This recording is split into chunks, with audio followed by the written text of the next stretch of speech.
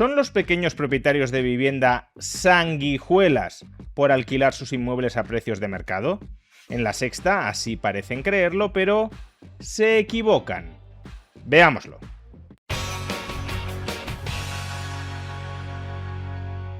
Polémicas declaraciones contra los pequeños propietarios de vivienda por parte del periodista Antonio Maestre en el programa La Sexta Explica. Escuchémoslas. Que el mercado no obliga a nadie, sea un gran inversor o sea un pequeño propietario, a actuar como una sanguijuela que explote al inquilino. Es decir, a nadie le obliga el mercado a poner su alquiler a 1.200 euros. Tú lo puedes poner a un alquiler a una rentabilidad sencilla y que ayudes a una persona que con un salario normal pueda vivir. Es decir, cualquier pequeño propietario que se rige por las normas del mercado es tan sanguijuela como un fondo de inversión, igual. A ver, entiendo perfectamente por qué estas declaraciones han molestado. Y es que está insultando a los pequeños propietarios, calificándolos de sanguijuelas. Pero si vamos más allá de esa superficialidad retórica, creo que el argumento que estructura Antonio Maestre es bastante interesante justamente para desmontar la propia narrativa que sobre el mercado de la vivienda la izquierda ha estado construyendo durante los últimos años. Y es que, fijaos, el discurso de gran parte de la izquierda sobre las causas de la crisis de vivienda que padece España se puede resumir en que a lo largo de la última década los grandes capitales han ido acaparando cada vez más unidades inmobiliarias dentro de nuestro país y en consecuencia han adquirido la capacidad de manipular al alza el precio de mercado. Los alquileres no suben porque falte vivienda, suben porque una minoría oligárquica controla casi todo el parque del alquiler en España y puede subir artificialmente los precios. Pero aquí Antonio Maestre nos está contando una historia muy distinta. Lo que está diciendo es que en España suben los precios del alquiler tanto los grandes propietarios como los pequeños propietarios, porque es un fenómeno del conjunto del mercado.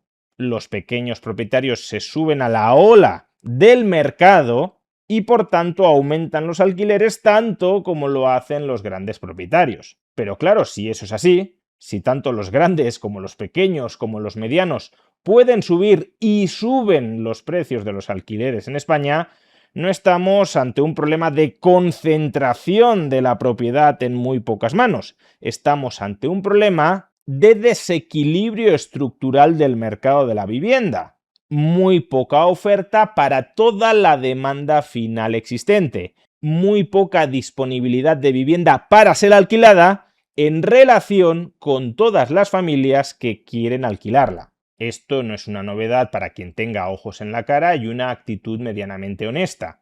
Como ya hemos explicado en numerosas ocasiones, durante el último lustro se ha ido fraguando en España un déficit acumulado de vivienda que asciende ya a 700.000 unidades. La creación neta de hogares cada trimestre ha venido superando en mucho el número de viviendas terminadas cada trimestre, con lo cual la carestía de vivienda acumulada se ha ido agravando y de hecho sigue agravándose. Es ese déficit entre la nueva demanda, los nuevos hogares, y la nueva oferta, la nueva producción de vivienda, lo que se traslada en forma de mayores precios, tanto de compraventa como de alquiler. Como digo, esto no es una novedad para cualquiera que tenga ojos en la cara y una actitud intelectual medianamente honesta, pero sí es una novedad para muchos dentro de la izquierda, que siguen aferrándose al falso discurso de que el problema de la vivienda en España es la concentración de la propiedad inmobiliaria y no la insuficiencia de oferta en el conjunto del mercado. Por eso digo que estas declaraciones de Antonio Maestre, reconociendo que el problema es sistémico, es de mercado, no es un problema de los grandes propietarios, sino también de los pequeños propietarios, de todo el mercado, son declaraciones que en el fondo deberíamos agradecer, porque aún sin pretenderlo, están diagnosticando correctamente cuál es el problema. El problema no es la existencia de grandes propietarios, el problema es la existencia de restricciones dirigidas a constreñir y encarecer la oferta de nueva vivienda. Admitido esto, sin embargo, hay una parte del argumento de Antonio Maestre que también conviene examinar. Bien, estamos de acuerdo que los precios del alquiler suben en España por la falta de oferta en relación con la demanda y que por tanto la solución consiste en aumentar esa oferta a largo plazo. Pero mientras tanto, ¿qué? Mientras tanto, aquellos propietarios grandes, medianos o pequeños que suben los precios del alquiler están actuando como parásitos, como sanguijuelas contra los inquilinos por el hecho de aprovecharse de esa carestía y subir los precios. ¿No sería acaso más moral o virtuoso que los propietarios, grandes o pequeños, se abstuvieran de subir los precios para no sacarles los cuartos a los inquilinos mientras el mercado se ajusta, si es que los políticos le dejan ajustarse, que de momento nada de eso, hasta que aumente la oferta y por tanto vuelvan a contenerse o a bajar los precios? Esa es la pregunta que analizaremos a continuación. Antes, sin embargo, si no quieres caer en este tipo de errores económicos fundamentales, quizá te interese estudiar economía con nosotros, con la Universidad de las Hespérides. La Universidad de las Hespérides es una universidad española, pero online, de tal manera que puedes cursar sus títulos oficiales en toda la Unión Europea desde cualquier parte del mundo. Se trata de una universidad que creamos hace 5 años, un grupo de inversores, empresarios e intelectuales que buscábamos ofrecer un centro de enseñanza distinto a todos los demás existentes. Una universidad que en sus distintos programas de grado y de posgrado esté centrada en la reflexión sobre la libertad y sus implicaciones sociales. Así que si quieres graduarte en economía, o en finanzas y contabilidad, o en el doble grado en economía y finanzas y contabilidad, todo ello online, pídenos más información sobre el contenido de estos títulos y sobre el proceso de matrícula. El nuevo curso académico arranca en las próximas semanas y si quieres estudiar con nosotros, no te quedes fuera. Como decía, aún reconociendo que el problema subyacente en el mercado es la falta estructural de vivienda y que para solventarlo hace falta liberalizar el mercado y que con el tiempo vaya aumentando la oferta de vivienda, aún reconociendo todo esto, ¿cabe dirigir algún tipo de reproche moral contra aquellos propietarios que en la coyuntura actual de carestía de vivienda suben los precios? Bueno, sobre esta cuestión, 2 comentarios. El primero, y quizá el más conocido, es que los precios de mercado tienen una función informativa. Precisamente sabemos que falta vivienda porque la subida de precios de compraventa y de alquiler nos lo señalizan. No solo eso, los precios también tienen una función incentivadora. Al subir el precio, se impulsa a que los distintos inversores inviertan en incrementar la oferta de vivienda. Si reprimiéramos la subida de precios, ni tendríamos la información de que hace falta más vivienda, ni cuánta más vivienda hace falta, porque podríamos pensar que sí, hace falta más, pero cuánta más hace falta, ni sobre todo existiría un incentivo de mercado para aumentar la oferta de vivienda. Aquí algunos podrían decir que ese incentivo ha de estar en manos de las administraciones públicas, que son ellas las que deberían incrementar la oferta. Bueno, sin necesidad de entrar en ese debate, las administraciones públicas durante los últimos años no han aumentado nada la oferta de vivienda. Por tanto, confiar demasiado en ellas no parece que vaya a ser la clave para solventar la grave crisis de vivienda que padece nuestro país. Ese es el primer comentario que me gustaría hacer, pero hay otro comentario que a veces pasa más desapercibido y que también es muy relevante. A ver, si estamos de acuerdo en que, hoy por hoy, hay una carestía estructural de vivienda, la demanda supera con mucho la oferta, eso significa que, por necesidad aritmética, no toda la demanda de vivienda, no todos los hogares que quieran emanciparse en una vivienda van a poder conseguirlo. Si hay 10 personas que se quieren sentar en una silla y hay 7 sillas, pues no todas las personas van a conseguir sentarse. Y en este sentido, los precios también realizan una función de racionamiento. Dado que no tenemos viviendas para todos, ¿quiénes son los que se terminan quedando, en régimen de alquiler, por ejemplo, las pocas viviendas que existen? Pues aquellos que estén dispuestos a pagar un mayor precio.